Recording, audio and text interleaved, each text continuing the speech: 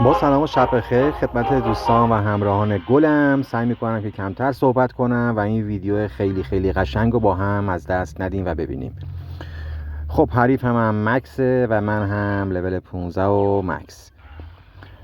خب طبق معمول نمیدونم اونوریا اکسیراشون سریع پر میشه که تون سرباز خالی میکنن و من الان هوگم رو فرستادم، چند ثانیه از الان تازه هوگ من حرکت میکنه. حریف خیلی قشنگ بازی میکنه و من هم سعی میکنم که اشتباهات کمتری داشته باشم با این اینترنت و داستانهایی که ما تو ایران داریم. خب اینجا یه تاور منو زد، این الواربرش رو با پکا و هوک تون میفرسته، یعنی دو تا سرباز میفرسته این حریفمون و میخواد سریع بازی رو تموم بکنه. بچه ها اینجا ببینید خیلی ها یه تاورشون که میخوره دیگه دست و پا رو گم میکنن، ولی باید بازی رو مثل فوتبال 90 دقیقه کلش رو، فوتبال رو که 90 دقیقه بازی میکنن، شما هم باید کلش رو اون تایم 2-3 دقیقه رو باید قشنگ بازی کنی و اصلا فکر نکنی که بازی رو باختی.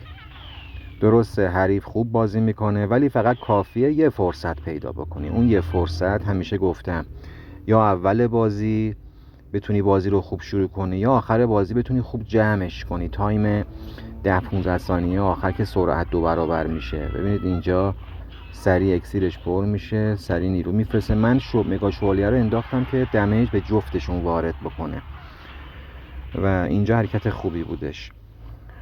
متاسفانه این بازی با نت بد اینترنت من همراه بود و خواستم اینو به شما نشون بدم که میشه با جمع کردن خودمون بازی رو به نفع خودمون تغییر بدیم.